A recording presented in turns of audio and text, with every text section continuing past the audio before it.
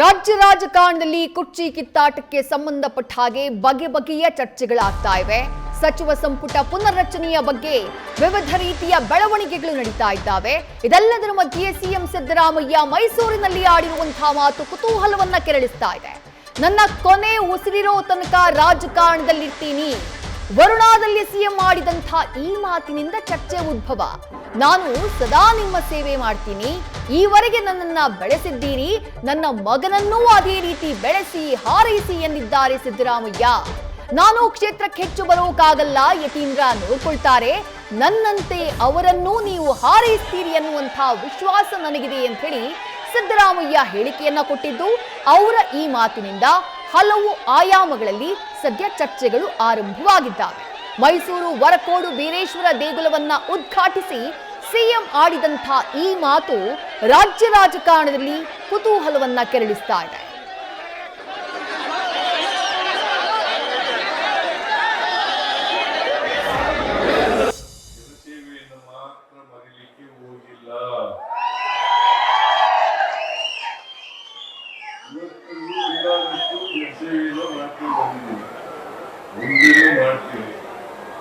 ನಾನು ಕೊನೆ ಉಸಿರಿನವರೆಗೂ ಕೂಡ ರಾಜಕೀಯದಲ್ಲಿ ಇರ್ತೇನೆ.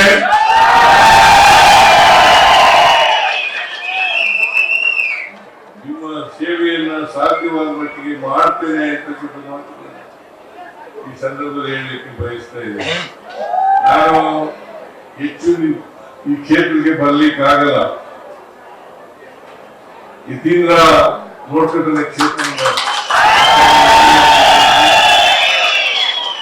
MLC ಆಗಿದ್ದಾರೆ,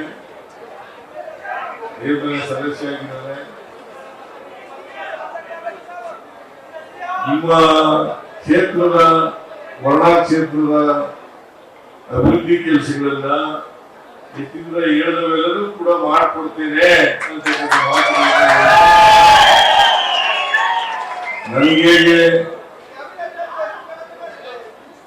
ರಾಜಕೀಯವಾಗಿ ನೀವು ಬೆಳೆಸಿದ್ದೀರಿ,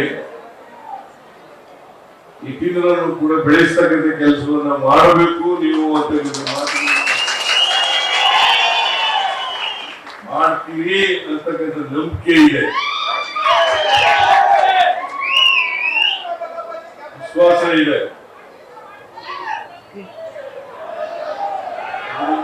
ಮೈಸೂರಿನಲ್ಲಿ ದೇಗುಲವನ್ನ ಉದ್ಘಾಟಿಸಿ ಮುಖ್ಯಮಂತ್ರಿಗಳು ಆಡಿದಂತಹ ಮಾತಿದು. ರಾಜ್ಯದಲ್ಲಿ ಕುರ್ಚಿ ಕಿತ್ತಾಟ ಯಾವ ರೀತಿಯಲ್ಲಿ ನಡೀತಾ ಇದೆ, ಯಾವೆಲ್ಲ ಬೆಳವಣಿಗೆಗಳಾಗ್ತಾ ಇದೆ ಅನ್ನೋದು ಗೊತ್ತೇ ಇದೆ. ಸಚಿವ ಸಂಪುಟ ಪುನರ್ರಚನೆಗೆ ಸಂಬಂಧಪಟ್ಟ ಹಾಗೆ ಹಲವು ಬೆಳವಣಿಗೆಗಳಾಗ್ತಾ ಇದ್ದಾವೆ. ಇದೆಲ್ಲದರ ಮಧ್ಯೆ ಮುಖ್ಯಮಂತ್ರಿಗಳು ಆಡಿರುವಂತಹ ಮಾತು, ದೇಗುಲದಲ್ಲಿ ದೇಗುಲ ಉದ್ಘಾಟನೆಯನ್ನ ಮಾಡಿ ಎರಡು ವಿಚಾರಗಳನ್ನ ಪ್ರಸ್ತಾಪ ಮಾಡಿದ್ದಾರೆ. ಒಂದು, ತನ್ನ ಕೊನೆಯ ಉಸಿರಿರೋವರೆಗೂ ನಾನು ರಾಜಕಾರಣದಲ್ಲಿ ಇರ್ತೀನಿ ಅನ್ನುವಂಥ ಮಾತನ್ನ ಹೇಳಿದ್ದಾರೆ. ಇದನ್ನ ಈ ಹಿಂದೆಯೂ ಹೇಳಿದ್ರು, ಬಟ್ ಚುನಾವಣಾ ರಾಜಕೀಯದಲ್ಲಿ ಇರಲ್ಲ ಅನ್ನುವಂಥ ಮಾತನ್ನ ಹೇಳಿದ್ರು. ಆದ್ರೆ ಇಲ್ಲಿ ಚುನಾವಣಾ ರಾಜಕೀಯದ ಬಗ್ಗೆ ಪ್ರಸ್ತಾಪ ಇಲ್ಲ. ನಾನ್ ರಾಜಕೀಯದಲ್ಲಿ ಕೊನೆ ಉಸಿರಿರೋವರೆಗೂ ಇರ್ತೀನಿ ಅಂತ ಹೇಳಿರುವಂತಹ ಮಾತು ಸದ್ಯ ಕುತೂಹಲಕ್ಕೆ ಕಾರಣ ಆಗ್ತಾ ಇದೆ. ಏನು ಸಿದ್ದರಾಮಯ್ಯ ಅವರ ಮಾತಿನ ಅರ್ಥ? 2028ರ ಚುನಾವಣೆಗೂ ಕೂಡ ತನ್ನದೇ ನಾಯಕತ್ವ ಅನ್ನುವಂತಹ ಸಂದೇಶವನ್ನ ಈ ಮೂಲಕ ಸಾರುವಂತಹ ಕೆಲಸವನ್ನ ಸಿದ್ದರಾಮಯ್ಯ ಮಾಡಿದ್ರ? 2028ರ ಚುನಾವಣೆಗೂ ನಾಯಕತ್ವವನ್ನು ವಹಿಸಿಕೊಳ್ಳೋಕೆ ನಾನು ಸಮರ್ಥ ಅನ್ನುವಂತಹ ಸಂದೇಶ ಮುಖ್ಯಮಂತ್ರಿಗಳಿಂದ ವರುಣಾ ಕ್ಷೇತ್ರದಲ್ಲಿ ಪಾಸ್ ಆಯ್ತಾ ಅನ್ನೋದು ಕುತೂಹಲ.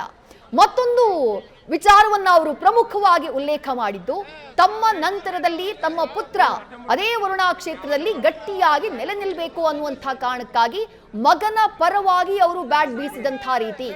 ಈ ಹಿಂದೆ ಯತೀಂದ್ರ ಸಿದ್ದರಾಮಯ್ಯ ಅವರೇ ವರುಣಾ ಕ್ಷೇತ್ರದಿಂದ ಶಾಸಕರಾಗಿ ಆಯ್ಕೆಯಾಗಿದ್ರು. ಅದಾದ ನಂತರ ಕಳೆದ ಚುನಾವಣೆಯಲ್ಲಿ 2023ರ ಚುನಾವಣೆಯಲ್ಲಿ ತಂದೆಗೆ ಮತ್ತೆ ಅವರ ಸ್ವಕ್ಷೇತ್ರವನ್ನ ಬಿಟ್ಟು ಕೊಡುವಂತಹ ಕೆಲಸವನ್ನ ಯತೀಂದ್ರ ಸಿದ್ದರಾಮಯ್ಯ ಮಾಡ್ತಾರೆ. ಅದಾದ ನಂತರ ಯತೀಂದ್ರರನ್ನ MLC ಮಾಡಲಾಗುತ್ತೆ. ಈಗ ಖುದ್ದು ಸಿದ್ದರಾಮಯ್ಯ ಅವರೇ ಹೇಳಿದ ಹಾಗೆ ಸಿದ್ದರಾಮಯ್ಯ ಅವರು ಮುಖ್ಯಮಂತ್ರಿಗಳಾಗಿರೋದ್ರಿಂದ ಕ್ಷೇತ್ರದ ಆಗು ಹೋಗುಗಳನ್ನ ನೋಡಿಕೊಳ್ಳುವಂತಹ ಜವಾಬ್ದಾರಿಯನ್ನ ಯತೀಂದ್ರ ಸಿದ್ದರಾಮಯ್ಯ ಅವರಿಗೆ ಕೊಟ್ಟಿದ್ದಾರೆ. ಹಾಗಾಗಿ ಮುಂದಿನ ದಿನಗಳಲ್ಲಿ ನನಗೆ ಹೇಗೆ ಆಶೀರ್ವಾದ ಮಾಡಿದ್ದೀರೋ ಹಾಗೆ ನನ್ನ ಪುತ್ರನಿಗೂ ನೀವು ಆಶೀರ್ವಾದ ಮಾಡಬೇಕು, ಅವರನ್ನ ಬೆಳೆಸಬೇಕು ಅನ್ನುವಂಥ ಮನವಿಯನ್ನ ಮಾಡಿಕೊಂಡಿದ್ದಾರೆ ಸಿಎಂ ಸಿದ್ದರಾಮಯ್ಯ. ಆ ಮೂಲಕ ತಮ್ಮ ನಂತರದಲ್ಲಿ ತಮ್ಮ ಪುತ್ರನ ರಾಜಕೀಯ ಬುನಾದಿ ಅದು ಗಟ್ಟಿಯಾಗಿರಬೇಕು ಅನ್ನುವಂಥ ನಿಟ್ಟಿನಲ್ಲಿ ತಮ್ಮ ಮಾತಿನ ಮೂಲಕ ಆ ಪ್ರಯತ್ನವನ್ನ ಸಿದ್ದರಾಮಯ್ಯ ಅವರು ಮಾಡಿದ ಹಾಗೆ ಕಾಣಿಸ್ತಾ ಇದೆ.